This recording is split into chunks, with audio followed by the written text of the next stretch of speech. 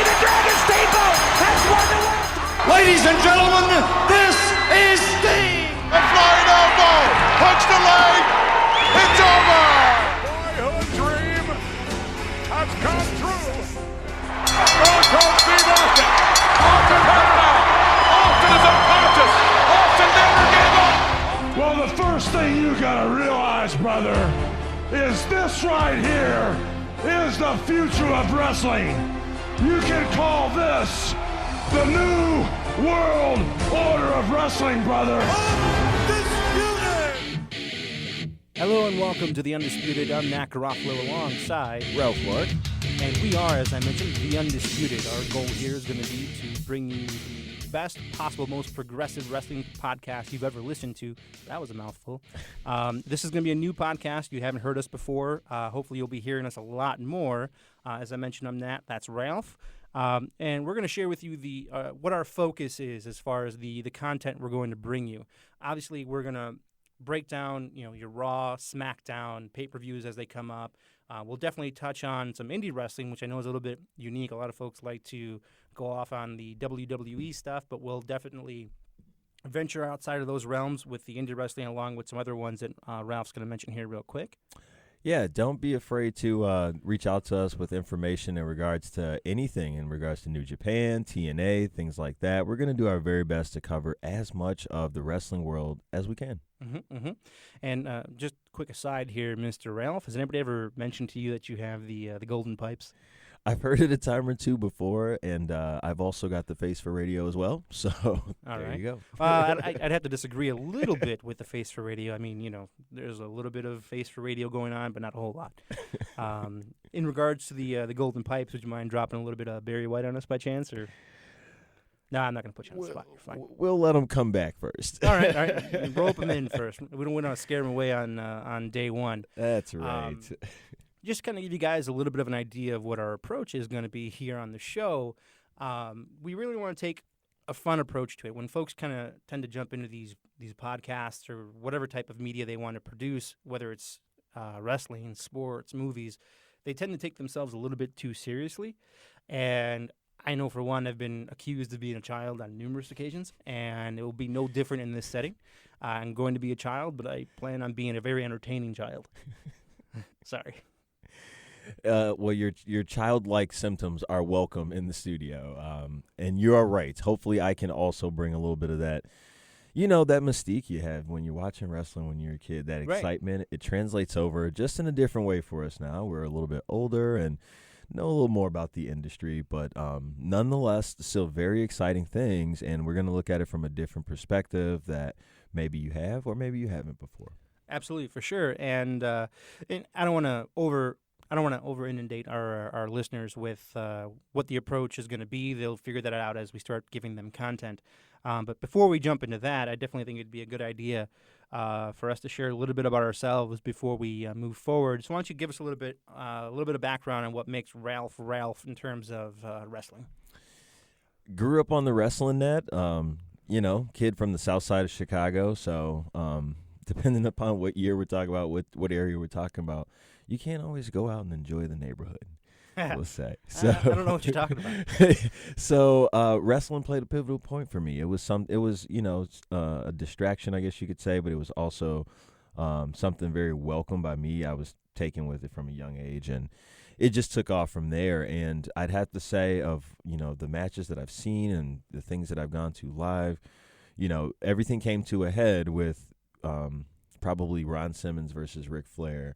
Having one of my good friends' dad take us to go see that, and marking that moment of an African American world champion was pretty cool. And then from there, just rolled into the Attitude era. Excuse me. That's when I was growing up, a teenager. So that's a little bit of my affinity and where it lies. But excited to be here. Yeah, I think it's extremely awesome that the match that was the match for you is a match that probably nobody else, well, I don't want to say nobody else, but very few others would pick as their gateway match, if you will. And I would never have thought that myself, based on my, who I grew up loving in wrestling, But it was really important to my buddy Mark's dad to take us to see Ron Simmons win the world title, and it's stuck with me. So Gotcha. And we'll see. You're already getting us off track here because you're getting me started on the whole Ron Simmons thing and how folks start off in one company, whether it be WWE, WWF at the time, or WCW, and move around and they're misused. This discussion will come up at a later date because we've got a whole bunch of other folks that were misused and such. So you kind of explained where your wrestling fandom stemmed from, and not your most memorable match, but the match that you remember as far as like kind of kickstarting it for you was the Ron Simmons versus Ric Flair for the world title. What are some other matches that really made wrestling stick with Ralph? Sure. So another one that stands out for me, probably WrestleMania 10, Shawn Michaels versus Razor Ramon, the first ladder match. That was a big one for me growing up. It was something that was new and innovative, and it featured two characters that I really resonated with me at the time, I guess you could say, and it was a very good match, and so that was one for me, and I would say another would have to be later in my, I guess, journey down the wrestling hole, would have to be into the high school era. I was backtracking and learning about ECW from a friend that I had met who'd moved to the Chicago area from Philadelphia. And although I didn't get to see it until years after it had happened, I'd have to say Jerry Lynn versus Rob Van Dam was transformational for me as well. Just understanding the kind of show that you could do, even if you're not the biggest guy in the room, the strongest guy in the room, just that different style of thinking brought to the wrestling world. Absolutely, for sure. That's awesome, Ralph. I really appreciate those insights as to what has made you a fan of the sport and continue to be a fan of the sport, and to really ignite that passion so that as to why you and I are sitting here today. Because it's hard, right? You get older and life goes on, and you do have to have that passion for wrestling, or you're not going to be able to work it back in. Right. And I've got maybe a handful of friends right now that are equally as involved in it now as they were back in the high school and college days. A lot of folks, as you mentioned, did kind of fall to the wayside in regards to that. Sure. A little bit about myself. My name is Nat Garofalo. I've got a little bit of a broadcasting background. Studied some radio at North Central College in Naperville. Don't have the golden pipes like Ralph does, so I got to work a little extra hard at it. My wrestling fandom, and I remember the match too. It's not the match. It was more so the season to a T.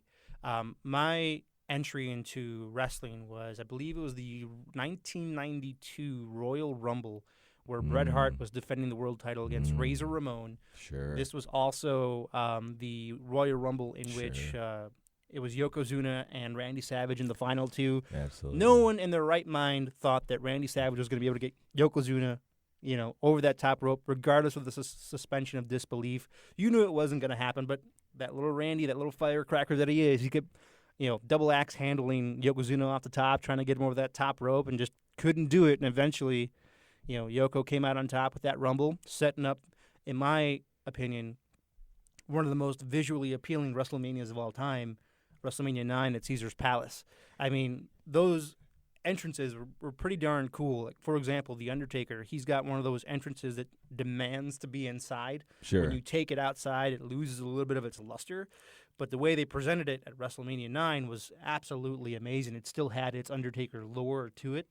And then, obviously, the match at the end, folks are a little bit queasy, whatever you want to call it, about that match where, Bret lost to Yokozuna because of the salt to the face, and fell off and got pinned. And then all of a sudden, here comes the savior of the day. Bum, bum, bum, bum, bum, bum, bum, bum. You got Bret did what was good for business at the moment. It was best for business. Something tells me Triple H and Steph would be extremely pleased with Bret at that moment. But I digress. We're not here to tear apart Hogan or storylines just yet. We're just kind of giving you a background of what makes us us. I'd have to agree with Ralph that one of the other matches that really kind of cemented me as a wrestling fan was the Shawn Michaels and Razor Ramon ladder match at WrestleMania 10, simply because while ladder matches had happened before, obviously Brett and Shawn had ladder matches in the past, that ladder match specifically, really kind of opened things up to a new era of unique wrestling matches. You know, you started having all kinds of different matches after that, and the ladder match itself really kind of had its springboard moment from that match with Razor and Shawn. All right, that's enough about me and you. I'm sure we're very entertaining folks, but we're not entertaining enough. It's way too much already. Let's just give the people what they want. Right. All right. So, yeah, it makes the most sense to kind of start off with what the week typically kicks off with, and that's it's Monday Night Raw. It's an interesting season that we're in right now with Raw and SmackDown, because obviously we recently had a brand split. I think that was 2 weeks ago now, I believe. A couple weeks back, and just so you guys will kind of get familiar with the format as we continue to go. Don't be surprised if you hear either myself or Nat Moore take the lead with regard to one of the shows, Raw or SmackDown, just so you guys can get the most coverage from us. We may try to divide it up like that, but there's also going to be awesome weeks where we both get to deep dive into the coverage, and so this is one of those weeks. Exactly. So this past Monday, I want to say they were in Atlanta, if I'm not mistaken, right? They were in Atlanta. That's right. They returned to Atlanta the same day my sister did. And I believe it was Sasha Banks' return to Raw as champion for the first time. Obviously, the week prior, she had managed to defeat Charlotte and gain what folks feel has been a title reign long time coming. When the Divas Revolution, quote-unquote, started, was last year, I believe, with Paige and all these folks, and everyone just anticipated them putting the belt on Sasha right away. But me personally, typically when they wait like this, I think it's a bad thing. But I think it worked out with Sasha that it really kind of led to the climax of her as being their champ. Well, not even so much necessarily a bad thing, but I suppose you worry about somebody losing the steam or the momentum that they've gotten, like Sasha Banks when she doesn't get the title, at WrestleMania as we're thinking. But it did work out. I do like the direction that things are taking for the boss. For what it's worth, I did note, the pop she got from the crowd was really nice on Monday. It was that payoff moment where the person you're gunning for does pull it out. And so we got to celebrate that with her, and very class move to, give her that first segment there and let her soak it in. Right. And I kind of liked how the show started off on Monday. Loved it. One of my favorite workers in the ring, not only in the ring, but especially on the mic, is Chris Jericho. Mm-hmm. He can work a program with anybody as far as on the mic. Anybody. Shut up. Shut up. So you had two mega heels, Charlotte, the former women's champion, and Jericho, who can be a heel any day of the week. And they got involved in a mixed tag scenario with Sasha and Enzo Amore. I know I'm probably going to get beat down unbelievably for this. I love Enzo. How you love doing? him. I love him How so you much. doing? He has the potential to, depending on how his in-ring ability continues to develop and excel, he has the potential to be everything that was great about the Road Dogg and everything that was great about like a Billy Gunn as far as physically. He has that potential. Not there yet. He's not there yet. Listen, they don't have an amazing amount of people who can rule the microphone. Mm-hmm. You know what I mean when I say rule the microphone? So that's the draw for him. He does have the leeway to kind of let his in-ring physical ability catch up. He needs to stay away from the ropes a little bit. Don't want to see him hurt anymore. Right.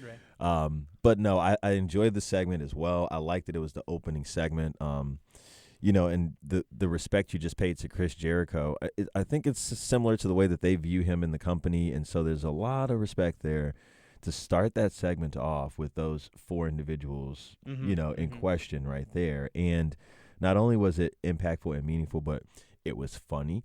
It wasn't too long. And it really set up the the quick payoff match. I really do like and it starts right now. Right. I love it. Right. And this might be where I get beat up or called soft, if you will. I don't like Big Cass.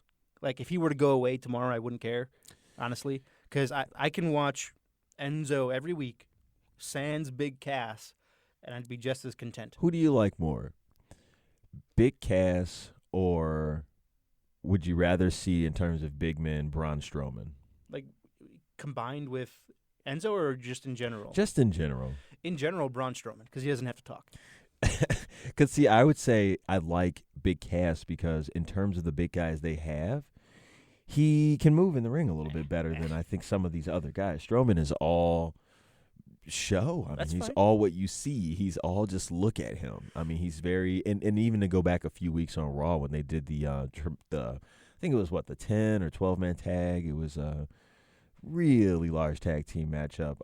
And they tried to put the two big men in the ring and do a little something very quickly with them, but you couldn't even do it because Strowman obviously needs work with his footwork. He's everything. green in general. Like, he was in strongman contests before he decided to go to Right. Orlando and start training. Right. So he's as green as if you and I decided to start training.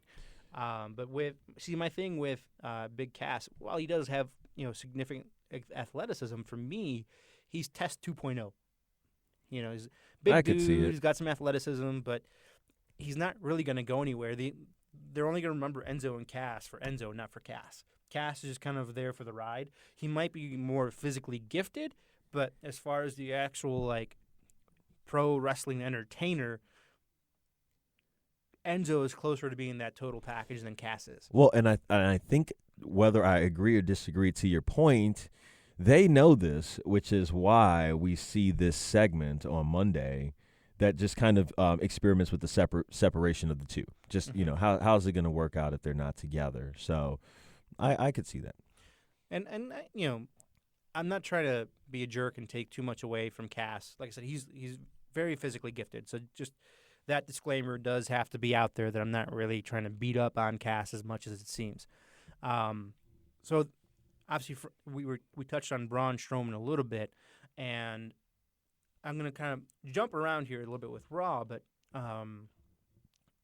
in consecutive weeks now, Braun's had matches that have been to the tune of your old school squash matches. He's had these random guys that are local workers that agree to a one-night contract, one-night thing, and just get absolutely destroyed. Not only has he been engaging in this, but Nia Jax has been engaging in this as well. I love it because for me, your sideshow acts, for lack of a better term, like your Brawns and your Big Shows and your Kanes, they're not there to beat up on your Cenas, on your Rollins, on your Ballers. They're not there to do that. They're there as a compliment. So if the only matches that they're ever fighting are against your Cenas, your Rollins, your Reigns, your Ballers, they're ultimately always going to lose, which all that does is cheapen their stock. And we've had this conversation before.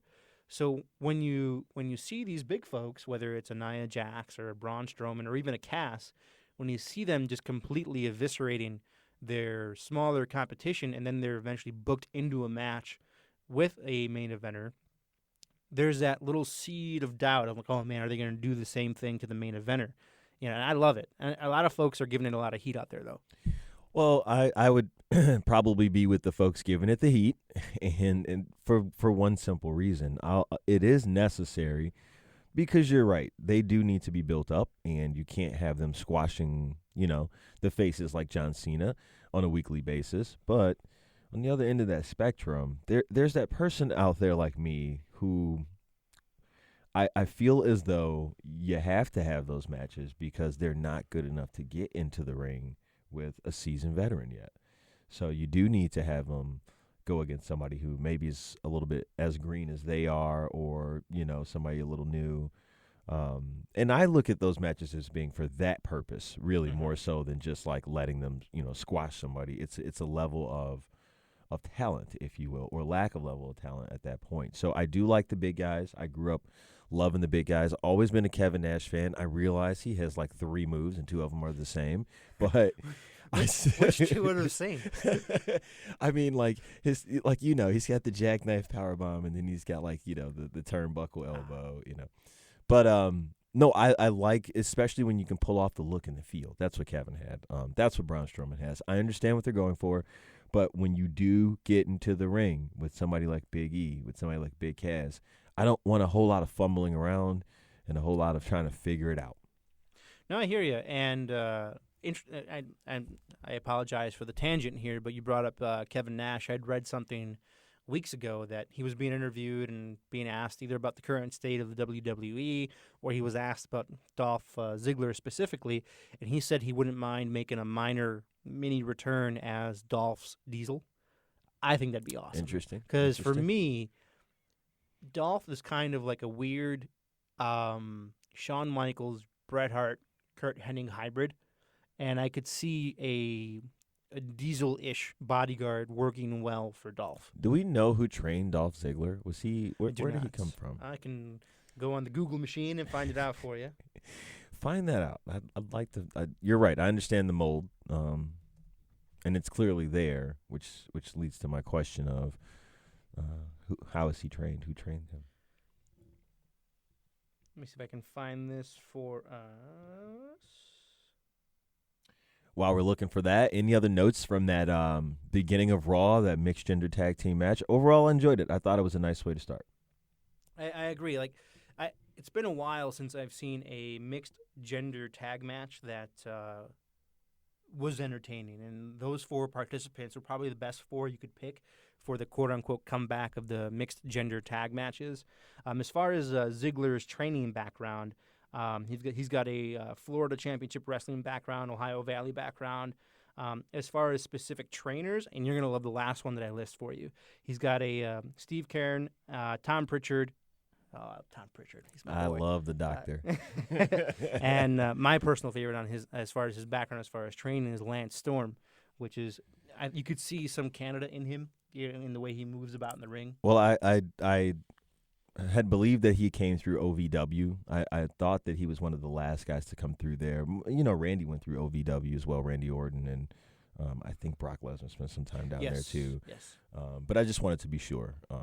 He is a kind of enigma, and he's also in a tough place because he was pushed so hard so early, and then things kind of cooled off, and they were able to bring some more names back in, and so all of a sudden, he's not on that top tier. And of course, now with the brand split, it looks like they're going to try to, push him back into that main event level, which obviously he deserves to be in. But there's going to be some growing pains when you're transitioning, back to that role. For sure. And this kind of speaks to how Vince kind of operates things a little bit. I've heard that a lot of his punishments have come due to crossing the boss, so to speak, and doing things that Vince was not very pleased with, and it caused a whole lot of issues there. But that's a discussion for another day about Vince. Interesting. Also on Raw, and obviously you'll notice I would have skipped over the match between the Golden Truth and the Shining Stars, as R-Truth was playing a little Pokemon Go in the ring, and which led to their defeat at the hand of the Shining Stars. Not a big fan of the Shining Stars. That's not for me. It's like Savio Vega 1, Savio Vega 2 is what that is. So no one's really a fan of that. What I love the Golden Truth, though. Like, when they were teasing at it for like 3 months, I'm like, this needs to be a thing now, because Goldust is hilarious. R-Truth, when you give him the opportunity to do so, can be a riot. The fact that those two were kept apart for 3 months when they were just teasing at it killed me. The Pokemon thing makes it a little bit funnier for me, but largely not the reason why I'm watching. I get it. Some people like that. It doesn't work for me. But I could stand it, though, because R-Truth and Goldust, I like the idea of put them together. I don't need to see either of them in a singles match. Right. And for where they're at in their careers, it just makes a lot of sense. You take a lot of the burden of carrying that singles match off of them. So Exactly. Good luck to the Golden Truth. So this next one is kind of like a big influencing factor for the state of the WWE a little bit. Obviously, with the brand split, titles went in certain directions. The IC title, I believe, went to SmackDown, if I'm not mistaken, with The Miz. and the U.S. title stayed on SmackDown on Raw, with Rusev, and he defended his title on Monday against Mark Henry. Here's my issue, and this is, I know you're going to touch on SmackDown, but my issue with SmackDown, with the very, very first live SmackDown, which came after the most recent pay-per-view where Dean Ambrose, the first live SmackDown was going into the pay-per-view where Dean Ambrose defended against Seth Rollins. And if they really wanted to kick SmackDown off with a huge, huge opening show to, let's say, hey, you know what, this show is live, this show is legit, have Rollins beat Ambrose on SmackDown and have Ambrose win it back at the pay-per-view. Because if there's one thing that I loved the most about the Attitude Era, and I hate to harken back to that era because it was a once-in-a-lifetime era, the one thing I loved so much about it is that on any given night, a title could change hands. Didn't matter if it was the world title, the IC title, tag titles, hardcore title, cruiserweight title. On Raw, on any given night, I could put money down and probably win tenfold that a title will not change hands. Same goes for SmackDown. SmackDown, though, had the opportunity as a reset button to say, you know what, you could expect title changes on this show, and they didn't do it. That makes a lot of sense. I could understand when you're coming from, but I would also be hesitant to sacrifice Dean Ambrose right there. And he's on a roll. I liked the way SmackDown played out. I thought it was a great match because although what you're saying is right, it felt in the match like it could go either way, and that's right. all you really need. It doesn't matter whether the title changes hands or not. I just need to feel like for at least 30 seconds it might happen. No, and I hear you that there was that level of potential intrigue, but there was always that little tiny seed of doubt inside me that there's no way Rollins is going to beat him for the title, especially the way that the match had ended on Raw previously, which was a double countout or DQ or double pin, something like that. Well, and also don't overestimate how many times the titles changed hands in the the Attitude Era on Raw. We'll have to look that up, and maybe we can visit that briefly next episode because I'd like to take a look at those numbers. I don't think it's going to be nearly as many times as you're suspecting, but off the top of my head, I can remember a few times like the Smoking Guns winning the tag team titles, a couple things like that. But yeah, I mean, what leads me to believing that the numbers are going to be higher than we expect is the fact that John Cena is at 15 world titles and that Randy Orton's at 13. You got other folks that have had world titles that probably never should have had them to begin with. So, I mean, like I said, we'll have to get the data for that to see where that's at. Yeah. But we don't want to waste time on this at the moment. Just a quick fast forward through Raw here because Ralph's got some good nuggets for SmackDown. We had a butting of the heads between Titus O'Neil and Darren Young on Raw, which I actually like because it wasn't, a straight-up heel versus face or anything like that type of match. It was Darren Young getting his first opportunity against his former partner with Bob Backlund, which I love, by the way, in his corner. And what was awesome about the end of this match is that Darren Young wasn't the one that cheated to win. Titus rolled him up and pulled the tights, and Darren's like, WTF, dude, what was that all about? For me, the thing about this match that I'm just not excited about, and I wasn't watching it, is I'm just looking at the crowd. No one cares. I don't care. No one cares. I care a little. I mean, I hope it works out. The Bob Backlund aspect of working with Darren Young is intriguing, but ultimately, Titus O'Neil has to figure something out. He's having a hard time relating to the crowd. He's having a hard time getting over. They've tried using his family. They've tried letting him be heel. They've tried making him a face. He's got to find some identity in there because you can have the best match in the world, but what I saw on Monday is people sitting down silently. He's in Ahmed Johnson territory right now, where Yeah. probably one of the most physically gifted humans on the planet, not just in WWE, but in the planet.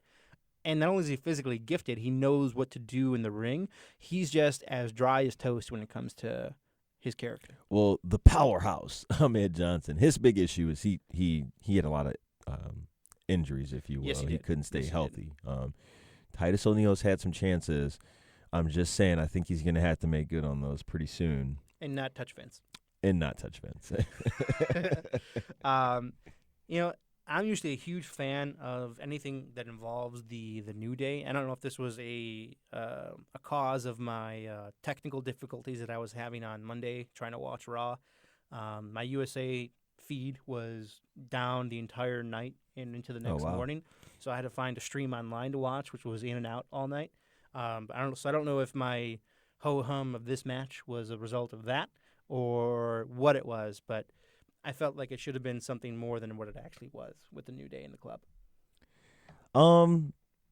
As far as well, let me back up a second. I'm glad you skipped right over Nia Jax because we talked about that earlier. Yeah, when we were and talking just about the squash and just the squash. But you know what? She's big and she's slow, and I don't care yet. Now onto the New Day. I like it because for a while the New Day has ruled the tag team realm. They've ruled the group realm, and the club is obviously here to stay. I mean, they've got some moves in the ring, and they're able to work with some of the WWE mainstay guys who've been around for a while. So in terms of that, they've got that going for them, and it just translates into the match. I think it was a fairly good match. I was, wasn't blown out of the water, but everybody got the job done, and it at this point they're still learning how to work with the roster. For sure. And you also have, the New Day, which is, I just think they're always getting better and better. Their matches, I mean, what Big E can contribute physically to the match. I mean, all of it is always getting better and better. And so even just this working with the club, let's say they do it again. Let's say they lock up again 3 months down the line. I believe it would be better than what we saw. Like I said, I'm sure it was good. I'm just attributing my ho-humness to my technical difficulties that I was having that day. Pouting doesn't make the match better or worse. No. So our next match involves, for me, one of my favorite current superstars who is kind of in your Titus can't find a niche group. And that's Cesaro and Sheamus, my favorite being Cesaro. He's phenomenal. Like, you're not going to find a guy out there that's more established in the ring right now than Cesaro is. He can have a match with a high flyer, a technical guy, a strength guy. He can go with anybody and make it a good match. Remember a year or so, maybe 2 years ago, his series with Cena on Raw. Sure. Instant classics, those matches. And for him, it's not his. He's almost kind of like in the Roman Reigns thing, but people are a little bit more forgiving with Cesaro for whatever reason, where his misuse is about 100%. I don't want to say 100%. It's about 85 to 90% on creative. If they could find a legitimate program for Cesaro and he could actually stay healthy, it'd be phenomenal. Because I'm telling you, he's got all the physical attributes possible that you could ask for somebody to be successful. Well, I'm definitely in the Cesaro section, definitely. But I don't think he's being misused. I don't think he is the Titus O'Neil problem. I think what he's proving is he can be somebody kind of like Jake the Snake Roberts, where you don't need to put the belt on him because he's got this cult following anyway. I mean, that's what I'm seeing when I'm watching him. The fact that he isn't wearing the gold doesn't deter me from him. I hear you. One bit. I hear you. And he does bring it in the ring. So. Oh, he does, yeah. And I can see what you're saying as far as, each era's had that guy that never really had the belt, but had didn't the belt. Need it. Right, had the belt been put on him, you wouldn't bat an eye, but he really didn't need it. My main issue with Cesaro isn't so much that the belt hasn't been on him or that a significant belt hasn't been on him. It's his they're constantly changing his gimmick, which he doesn't need. You know what I mean? Like, currently he's James Bond Cesaro, the way his entrance plays out. Which I'm okay with because it lines up with the Swiss Superman. And that's Don't fine. change that, WWE. Right. If you want him to be James Bond Cesaro, that's fine. 00 Cesaro, that's cool. Right. But before he was, Jim Nut with his name is escaping me. Why can't I think of his name? Tyson Kidd. Yeah, I was just gonna say, yeah, Tyson Kidd. Yeah. They had the beats they were rocking and the tracksuits, and it's just like. Well, it was a bit Euro Right. Modified for me. Right. But, and then before that, he was in old school Bob Backlund mode, where he had the old wrestler zipped up jacket with a towel around his neck, and it's like just pick an image for the guy, go with it for more than a year, and just let him do his thing. Before that, he was a part of the Real Americans. Yes, Yeah. and he's not. And he's not American. Took me a while to catch up. I was a little confused there. But no, he's listen, I think good things are coming for Cesaro. I think he's right to just, stand pat right now and don't, just take what they're giving you. I think they're looking out for him, and his spot will come eventually. He's putting in the work right now, and he's earning it very much the way somebody like a Shawn Michaels earned it. It didn't happen as quickly as maybe he wanted, but it'll be sweet when he gets there, and week in and week out, we still get to reap the benefit. And it's almost like a Benoit storyline that you always knew that he had the talent to wear the strap regardless of what company he was with. But again, he was that guy that he didn't need it. And once he finally won it, you're like, it made sense. it's about time. Yep. And I can definitely see Cesaro going down that road of eventually when he reaches the peak of that mountain, it's about time kind of thing. The last match to touch on Raw was Seth Rollins and Sami Zayn. I can't wait to see these former NXT guys and guys that have fought each other on the indie circuits starting to go at it on your Raws, your SmackDowns, and your pay-per-views. They're here with a grand stage. It's going to be awesome. They're This here. was a phenomenal match, awesome ending, and just as good as the match was. You know what I enjoyed more than the match? When they announced the match, I got too damn excited. Right. So it's just a translation of exactly what you're saying. Right. Is that talent is there now, and they're starting to become names in the way that they should. They've earned it. So that was very, very good. And I think for a while there, they were trying to keep the mold going that from the Attitude Era, where it was like a 70-30 split, a 70% of out-of-ring action, promos, interviews, backstage stuff, and 30% actual in-ring stuff. And they kind of had to, not because the talent wasn't there, but they were so good on the mic and in that extra stuff that why would you not do it? And they were trying to keep that same model for this particular era when the guys were not as entertaining outside of the ring. They're starting to realize that these guys, where they really excel is actually in the ring, and they're starting to slant their split to where it's a 70% ring focus and a 30% out of ring focus. And I think that's going to be the key for the WWE as a whole going forward. Well, I would just tweak what you've said by just commenting that I don't think it's necessarily about this. Well, yeah, maybe it is about the split, but the split can be organic. It's just determined by what somebody can do. You don't force Barry Corbin to go talk every week because he can't talk yet. Right. So you don't do that. Right. But at the same time, Xavier Woods should be on the mic every week. And right. he is.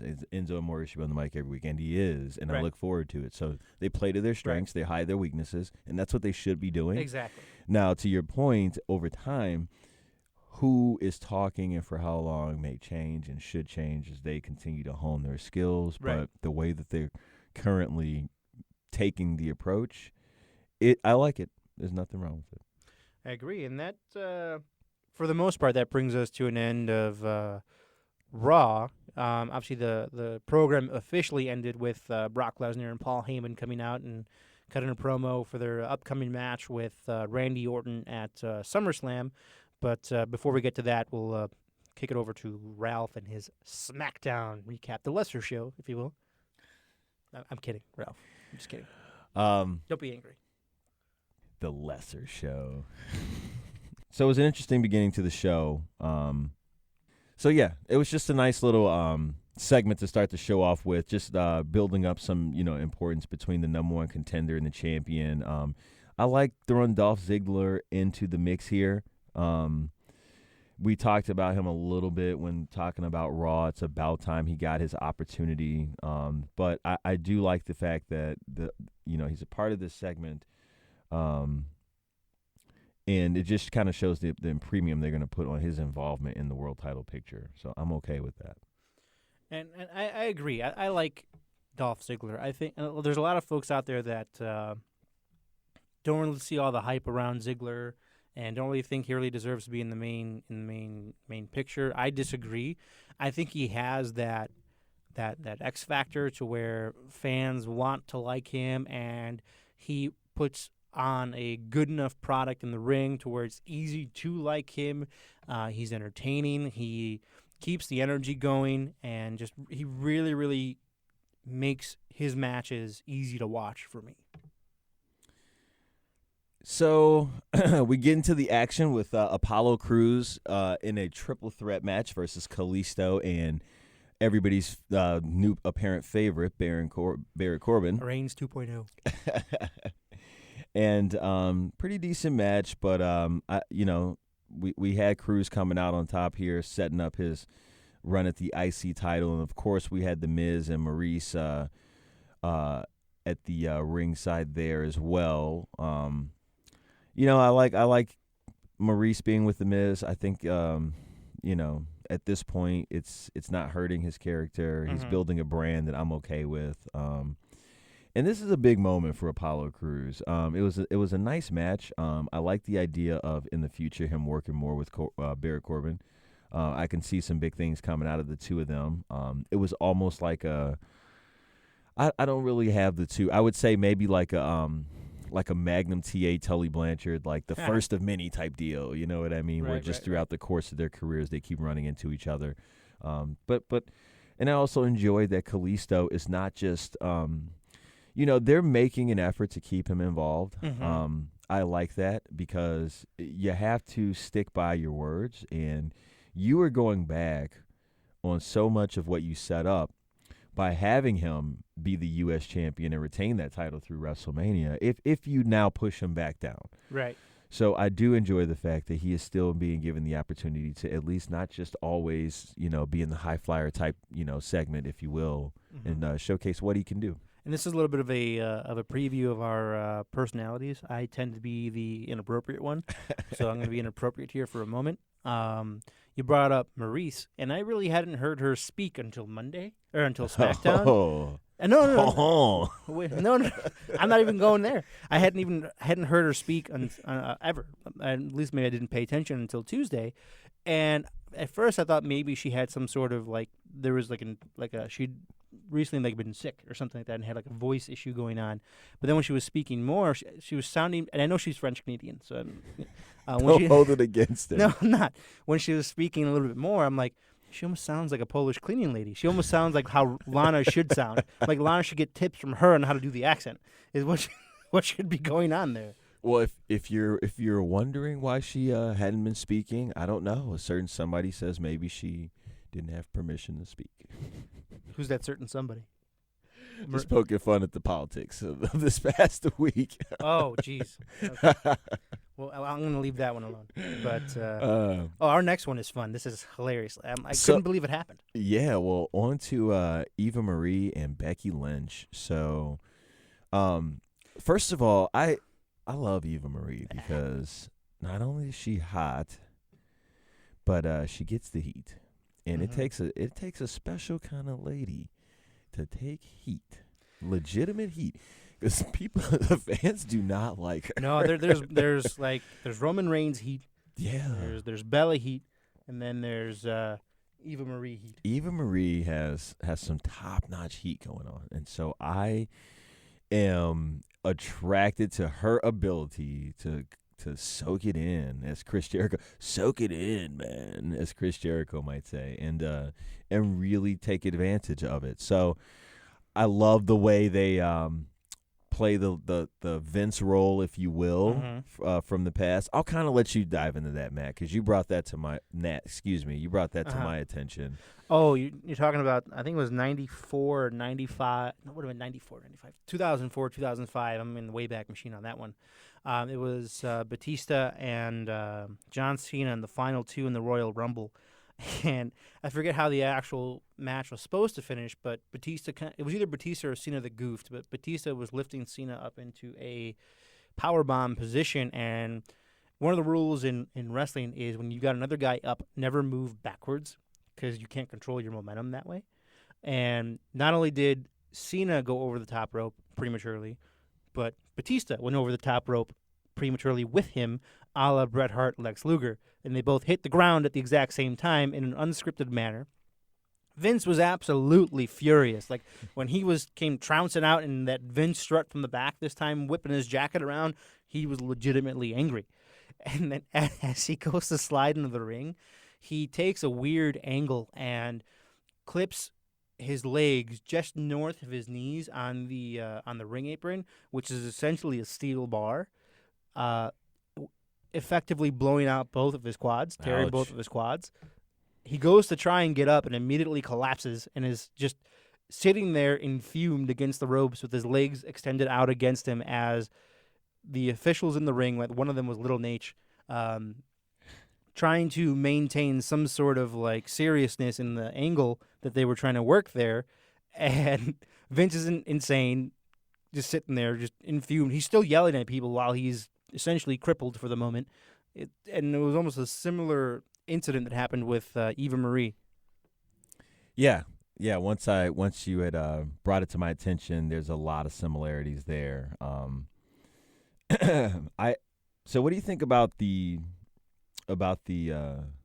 Red Queen gimmick here? What do you think about Eva Marie's new dig? I don't really want to call it much of a gimmick. In case you guys missed it, when she injured herself, it was when she was hopping off the middle turnbuckle post or entrance and either pulled or popped a hammy of some kind and couldn't continue after that. So you were talking about her heat. This is going to add to her SAWFT soft heat is what that's going to add. Well, to. I thought it was a work at first. So did I. Yeah. And there was 3 or 4 times where Becky Lynch turned around, and I was waiting for that clothesline in the back. Ah ha ha! I got you. I'm the bad guy. Right. It never happened. Right. So I was waiting for that the whole time, and like I said, never came through. But as far as the whole Red Queen thing, I'm not familiar with Eva Marie outside of this moment. And there was one other moment when they were kicking the Divas Revolution off, and all of a sudden, Eva's music hit, and the crowd lost it in a negative way.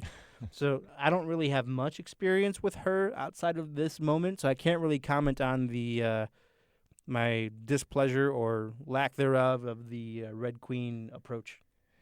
Yeah, tough break for her. I mean, they've invested a lot in, getting Eva Marie positioned a certain way, and this is just one more thing that's going to slow her down in terms of taking that spot, or at least proving that she can have the opportunity to take that spot. So tough break for her, tough break for Becky. Becky always needs to get as much opportunity as they'll give her. She's having, in my opinion, she's like vanilla ice cream. It's not terrible, but you're not like running to the store for it.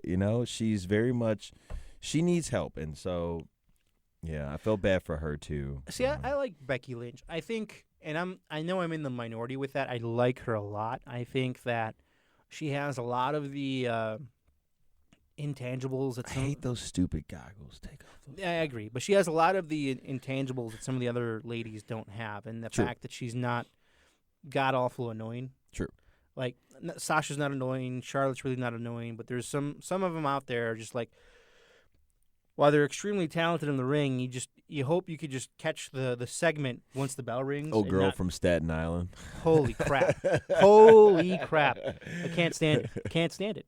Can't do it. And I'm a Hart fan, and I can't stand Natalya when she's on the mic. Yeah, but you know what? I don't like her either, and I respect what she does in the ring, but her style of match is just not for me right now. When I look at what some of the other divas bring to the table, I don't like it. But at the same time, that's reaction, baby. The worst thing about Becky Lynch to me is she's completely forgettable. I never forget to hate Natalya. That's true. You know what I mean? So from that aspect, I think she just needs to stand out a little more. But I'm not denying her in-ring ability. She's got some great moves and everything. She just needs some work, and I'm sure she'll be fine. Absolutely. Our next one here has got me really excited. So, yeah, you as well as the rest of the universe there, the WWE's really invested a lot into getting us ready for the American Alpha, and we saw them debut against the Vaudevillains this past Tuesday. So, I'm wondering what you're thinking, Nat, because my original perceptions are, I understand you want them to have a quality win. I get it. You want that. But they've invested so much in the Vaudevillains lately. And they put them in a precarious position by setting them up for this match right here when I don't understand. And again, this could all work out, but I don't understand why they have to be the one to do the job right there. And what is all this even really meaning for the tag teams on SmackDown? Are we going to have the one titles split both shows, which, again, I don't have a problem with, just look for some clarity there? Or, is it going to be like the world title where they, in essence, enact their own tag titles? But with so much murkiness in the tag team division, especially on SmackDown right now, I don't understand why the Vaudevillains had to be the one to lose out there when you've got some jobbers on the.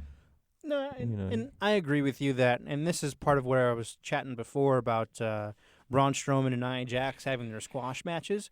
That would have been a perfect instance for American Alpha to go 1-on-1 or go 2-on-2 with a couple local guys and have their squash. I agree with you that the Vaudevillains shouldn't have been, lambs led to the slaughter here, because to be honest with you, it was as one-sided as a match could be. The American Alpha controlled the match the entire time. There really wasn't ever much of a threat that the Vaudevillains were going to beat them in this match. And that, I agree with you, was a mistake on behalf of because you've already proven that you're willing to bring in the jobber, the one-night contract, to get it over, for your guys. So, that's a case to where I didn't, while I'm not like, super, hard out there for the Vaudevillains, it wasn't fair to them, I don't think. No, not at all. So because they got a huge pop when they made their debut on the main roster coming over from NXT. I think they have a future as multiple-time WWE Tag Team Champions. I definitely believe it. I think these two teams, American Alpha and the Vaudevillains, I think we'll see them head-to-head quite a bit when it comes down to that WWE Tag Team Gold. I would have even settled for, okay, so you want it to be a squash match against the Vaudevillains, but maybe have Gotch pull the other one out at the last minute, and they just do like the slow walk up the ramp, just take the count out. Just we were completely overmatched. I mean, that way you achieve what you wanted, which is the American Alpha looks as dominant as they would have anyway, but without sacrificing the W and all that. Right. And I agree with you. Like I said, I'm on the same page with you in regards to if they wanted to sacrifice somebody, they could have thrown Fandango and Tyler Breeze. And that's another discussion for another day, because I know a lot of people are upset with the handling of Tyler Breeze. That's another discussion for. Excuse me, I don't know what happened there, for another day. Wow, I apologize. Tyler Breeze. I will digress, or will be here until Monday. Yeah, let's keep going though. So SmackDown moves along there to a little in-ring showdown between AJ Styles and John Cena, and of course, we are on the road to the SummerSlam matchup that they are working towards there. So I so much of what happens with John Cena really bothers me on a day-to-day basis. But this with AJ Styles, I'm okay with. We got our appetites wet, what was it, a month or two ago with them. And now here we go again at SummerSlam with what I believe will be a better match. A lot of the what we saw in the ring there, the give and the take between the two of them, just necessary to set it up and move us along to SummerSlam. But it just didn't feel organic. It just seemed very forced, if you will. Mm-hmm. However, I don't care, because the match is the payoff. The match is really what I care about, and that will be good. Mm-hmm. I think we can look forward to a no interference, one-on-one barn burner. But of course, if you want to keep that thing going, maybe you do have the club come out and interfere and drag it out a while. And that's what I think. I think you are going to get a club interference, but I don't think that club interference is going to impact the outcome of the match. I think, sure. Or perhaps the club interference causes AJ to lose. Maybe. I don't think they're ready for a club split yet. They already kind of faked it once. You can't do it for real so soon after. Sure. And here's my thing, though. I think, and I'm probably in the minority with this one, while everyone's seen this match building towards SummerSlam between Cena and AJ, and they're like, well, it's just going to be another Cena-Barry job. Honestly, I think AJ comes out of this one clean. Well, it's a dream match. The WWE needs to invest, I think, even just a little bit more time setting it up, because it is a match that at one point you never thought you would probably get to see. If you're a TNA fan or have ever been a TNA fan, then this one holds some weight for you. So, I mean, I can respect that, although that's not, a show that I would necessarily be, super excited to watch week in and week out. But to each his own. So, hopefully it can be a clean one for AJ. But either way, I think we're going to see some great action. And I agree. I mean, and to an extent, I really never really had this, I really wish I could see AJ Styles and John Cena fight. John Cena was never I wish I could see this person from Company A fight John Cena. It's never been him. It's always been, Shawn, or it's always been Randy Orton or Triple H. It's always been the guys that I know that can put on a rock star show regardless of who they're in the ring with. And Cena's getting much better at that. Like, obviously, we talked about before his matches that he had with Cesaro on Raw a couple times. Those were absolutely amazing matches. And I think as he gets more familiar with working with AJ in the ring, they're going to end up having better programs together. So even if AJ comes out clean on, Cena Styles, version 1, when they fight again down the road, it's going to be even better. Fair enough. Well, let's keep it moving then. So we have Randy Orton versus Fandango up next on the SmackDown program there, and I don't know about you, but when they announced that match, all over it, it's okay. Here comes Lesnar. In my mind, it was either going to be a squash or used for what it was, which was an opportunity for Lesnar to make his way to the ring and somehow get that F5 off and go tit for tat there with Randy Orton. So we did get to see that. It moves the needle, if you will, and enjoyed the getaway, if you will, with Paul Heyman in the back there. Those were a lot of really, really small men trying to tell Brock Lesnar to leave the ring and leave the arena. But, no, it would progress the storyline. And, I enjoyed the segment on Raw a little more because it was this genuine surprise, whereas I felt as though SmackDown, okay, just watch it and see when. Not if, but when. It was less of a, surprise for me. I agree. And for me, I think for Brock Lesnar to be Randy Orton's comeback program, I think it's perfect to reestablish Randy's relevance in the current WWE state, because regardless if he's, there, 75% of the year and the other 25% he's doing extracurriculars, he's still one of the most talented people on the roster, and he needs to be involved in some way, shape, or form in the upper third of the program. And jumpstarting it with a program with Brock, I think does that perfectly, because I think if you would have inserted not Lesnar, if you would have inserted Randy Orton back into the mix of things with a Dolph Ziggler or a Seth Rollins or something like that, it would seem kind of random. Whereas Brock has random already built into him, so the randomness kind of makes sense. That you got this big all-star matchup between Brock Lesnar and Randy Orton. Randy gets some momentum out of it, win, lose, or draw, and then you can start having him work a program with, The Miz for the IC title, which was kind of hinted at the week before. So you've got a lot of potentials there for Randy, and I think they're all positive.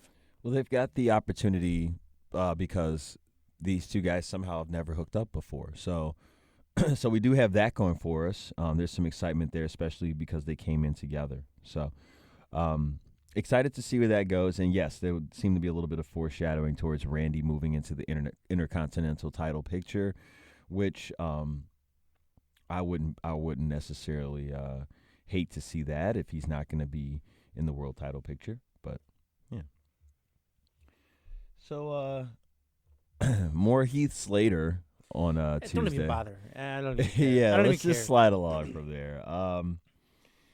It was nice to see Rhino though make an appearance. One of my all-time favorites. Don't know what he has left. Don't know what he has left in the tank, but hey, I guess we'll find out. But I'm happy for him. He's doing a lot better than some of those other guys. I mean, I think about some of the troubles guys like Perry Saturn, ran into later in the years, and so nice to see Rhino still able to be a part of the roster, and hopefully he can stay up there. I agree. Now, on to the Queen of Staten Island. No, stop. I'm going to put you out. Carmella's easy on the eyes, but not so easy on the ears. She took on Natalya on Tuesday, and this was what it was for me. Two gals I particularly don't like to see come on the screen. But as I mentioned, I'm not repulsed by Carmella. I guess that's a good thing. Yeah. I mean, I don't know how much there is to grow from not being repulsed, but I mean, can she be annoying? Yes. Does she bite a little of Enzo and Cass's thing? Yes. But ultimately, I could deal with disliking her. It's indifference to somebody that is what's the problem.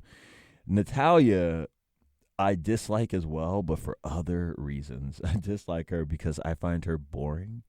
I dislike her because I just find her just ultimately not. I mean, whether she's a heel or face is irrelevant to the fact that I'm not interested. Carmella, I will at least like to laugh at the moment. I can't even do that. I can. I think things are going to work out from the girlie from Staten Island. She, as far as the match goes, she did her job. She did the job, you could say. And the match didn't even happen. Yeah, I mean, she did the job. I mean, she got her butt kicked on the outside. She took it like a gal, and that's all we needed to see from there. I don't necessarily need to see the two of them in the ring, nor do I want to. And with that, moving on. I'm in complete agreement on that one. For me, I'm still kind of catching up on the backgrounds to these the newer ladies that have made their debut and such, and most of them are actually very, very, very entertaining. Some of them leave a little to be desired at times, but it is what it is. Tell me that doesn't remind you of Shawn Michaels. Yeah, well, there's a lot of guys who have some very Shawn Michaels-esque parts of their demeanor out there in the ring. Obviously, Nat is referring to Dolph Ziggler. Looking at a photo of him braced in the corner there on Tuesday night, getting ready to super kick the Eater of Worlds, Bray Wyatt. What a match that was. It was built up to be something where if Bray Wyatt were to defeat Dolph Ziggler, he would then step in for him as the number one contender at SummerSlam for the heavyweight title. And it was everything it was built to be. I thought we got ourselves a decently length match. We got ourselves a very nice performance in the ring. And this is, again, one of those matches where they were able to take advantage of the differences in production that SmackDown will seem to highlight. I mean, as I said before, there's some workable camera angles. There's some hovering cameras that they kind of use with the show. And it is a more inviting cinematic feel to it. You feel like you're a little bit more in the action, and they were able to explore that with this match some more. I love what they're doing with both these guys right now. Can't say enough about that. Ziggler's getting something that I feel has been deserved for him right now. He's getting pushed back up to that world title picture, rightfully so, and we'll see if he can maintain that spot. And I look forward to him having some great matches with some of the guys on that tier. And I just thought Bray brought it as usual on Tuesday. I look forward, as I said again, to more matches between the two of them. But it was riveting. You didn't know who was going to win. It was back and forth. And this split from the Wyatt family is going to be a good thing for Bray, I think. He'll be able to grow. His character can only go so far with them. So now at the end of that match, we do get the face-off with, Dean Ambrose standing on the SmackDown announce table there, and then we got Ziggler in the ring, begging him to bring it. He wants the gold. But we'll see if they can produce it at SummerSlam. Should be a good match. I think it's a little awkward sometimes with the champ. Dean is still learning some of the nuances of the out of the ring spots, if you will, and so I think we saw a little bit of that on Tuesday. Not even just in that commentary segment, but the segment involving Renee earlier in the night as well was a little, particularly, I don't know. For me, Dean sometimes, actually pretty often, sounds very inebriated when he's on the microphone, especially this past Tuesday on SmackDown. He was slurring his words a little bit more than usual, and I was like, okay, Dean, I get an idea of what's going on there. But I'm with you, man. I love Dolph Ziggler. I love Bray Wyatt. He's going to be one of those guys for me that when he finally reaches the top of the mountain and the belt is put around his waist, I'm like, it's been a long time coming for that man. I think it's well-deserved for him. The fans have bought into him now for at least 3 or 4 years. His program with John Cena was absolutely amazing. I think he deserved a title nod, whether it be Intercontinental, U.S. title, something after that program with Cena. But to this point, he still hasn't gotten that next little nudge that I think he deserves. Yeah, interesting having Eric Rowan run in at the end there. Didn't think it was necessary. As I was just alluding, I think it does not do anything for Bray Wyatt. I think it hurts his character, if you will. It's more of something that helps out Eric Rowan, because I'm not sure, other than the Wyatt family, where he fits in anywhere. Not particularly excited to watch a Rowan match at all, to tell you the truth. So, all right. Well, normally here we would like to talk about the pay-per-view that's coming up. That's still a few weeks out. We've taken quite a bit of time here this afternoon. We usually don't like to take this much time. So we're gonna kind of fast forward to the end here. It's still a new show for us here on the Undisputed. We definitely enjoy that you guys have taken the time out to listen to us today, and we hope that you do tune in with us in the future. Our goal right now, I think, is what we established is to maybe do it like every other week or so, or maybe once a month. We're still working on the time frame. We'll get you the when, where, and the how pretty soon. Right. We're working on the where. It's more than likely going to be a YouTube channel that's going to be established very soon. More than likely, you can see the actual link for the YouTube channel down below in the comments. So we'll actually share that with you once we have that. We do have an email address already ready to go in case you guys have any suggestions for us or anything you'd like us to add to the show, take away from the show. We definitely want to keep you guys involved. What's that email address, Ralph? And before I give the email address, just know you can also use it to air your grievances, which is something you guys are going to learn a little bit about momentarily here. But that email address is theundisputedpodcast@gmail.com. You can send any questions, comments, info you have for myself, Ralph, and Nat, and we will get it right there. So, again, that was theundisputedpodcast@gmail.com. Excellent. Thank you very much, Ralph. And he mentioned about the airing of grievances. Those are just some little fun, one of the fun segments that we're going to like to work into our program. The segment that's got me the most excited, that I'm really, really looking forward to. We haven't really come up with a name for it yet, but so far it's known as the Dream Match. So what this is going to do is, like, let's say if there's a match that never happened, never could have happened for whatever reason. Let's say you wanted to see Randy Orton and Randy Savage go one-on-one for the IC title one day. That's a good one. Right? That's a good one. Let's say you want to see that match. What Ralph and I plan on doing for you is taking our creative abilities and making that match happen through the magic of radio for you, so you guys can experience it, today like you never could have experienced it before. So that brings up another point too. If you want to, if you have a dream match in mind, go ahead and can they email it to us? Absolutely. Yeah, go ahead and email us your dream matches. Again, at theundisputedpodcast@gmail.com. And we'll sift through those along with the grievances and see what we got. And speaking of the airing of grievances, we're going to head into that at the moment right now, and I believe Ralph's got one or two that he's been waiting to get off his chest. Do I really? I always have grievances to air. I can't think of anything in particular. There's not any sort of grievance that's been incurred in your moving process? I will tell you this. This week I would like to air. I'm airing the grievances, Nat. One of my grievances is traffic. Traffic. If you drive in Chicago, the Chicagoland area, and you take 355 to and from work, I'm airing my grievances with you and with 355 today. I would like to get home and not have it take an hour and a half. It takes ridiculously long. And it's always because I feel as though many people are driving as though they're driving for the first time. So learn how to drive, figure out the rules, merge well ahead before it's time to get off. My area of grievances, I know that we had established a rule before that it doesn't have to be wrestling related. Mine kind of is a little bit.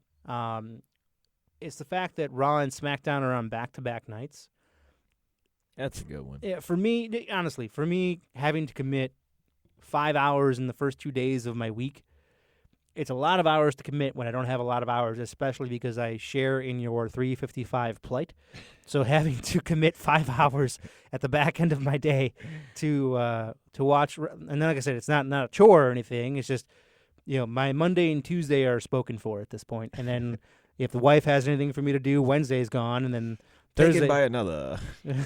and then I'm down to Thursday. So I've got Thursday and Friday to do stuff. Oh, wait, no, I don't, because we chat on Thursday to plan this thing out. So Thursday's gone.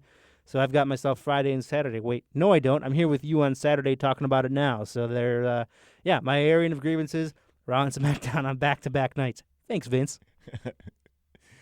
I'm trying to think if I had other grievances to air this week. You know what? It's been a pretty good week. I don't have a whole lot else to air out, but I think you guys are getting the feel for it. Doesn't have to be wrestling related. It'd be great if it was, but either way, get your grievances to us. We'll air them out here. Yeah, essentially what the airing of grievances is, it's a bitch fest for you guys. If you got something that's bothering you at work, if your wife is pissing you off, or if your husband's pissing you off, I recommend send yourself a voicemail or find a way to record it via your sound recorder on your phone. Email it to us. We'll air your grievance for you. Just so you can be heard and everyone can hear your plight and grieve with you. And if you don't know where the airing of the grievances came from, I would strongly implore you to figure out what Festivus is. And then you can laugh with the rest of us. You know it. Well, that brings us to the end of our first edition of the Undisputed. We really appreciate you guys taking the time out to join in with us today and laugh with us today and bear with us as we feel our way through this new process because we've never done a podcast before. But I think get better every time, guys. I guarantee you, Ralph's a genius. He's got the golden pipes. He knows what he's doing. He's got the glasses to go along with it, so we're all set. That's it. I'm fooling everybody with how I look. Well, you're rocking the Joe Madden glasses, and you're not even a Cubs fan. So I mean, but we're gonna do our best for you. Once again, the email again is theundisputed.podcast@gmail.com. You can get a hold of us directly at that email address, again, with your grievances, with your suggestions for the dream match, so we can put those together for you. Once again, you can find us on YouTube. That's where the podcast will be airing for you. Any any indie wrestlers out there also looking to possibly get involved with the podcast, we also would like to go on location at some point, as well as do indie coverage. And so maybe you are working for a promotion that we have limited access to or just haven't heard a lot about. So definitely you guys could use the email as well to reach out to us. We'd love to be able to expand our reporting to, as we said, encompass as many avenues of professional wrestling as possible. But as far as I'm concerned, I think that brings us to a good wrapping point for the first edition. What do you think, Ralph? I'd say so. All right. Bottom line, we're begging for your attention. Because Ralph Larg said so, right? Sorry. And on that note, before it gets any worse, this brings us to the end of the first edition of the Undisputed right here on YouTube. I almost did my old call letters in college. I'm not sure what's happening there. I got into the rhythm of things, but Again, it's the Undisputed, your home for the best in wrestling content today, tomorrow, whenever. We'll always have it for you here on the Undisputed. Thank you.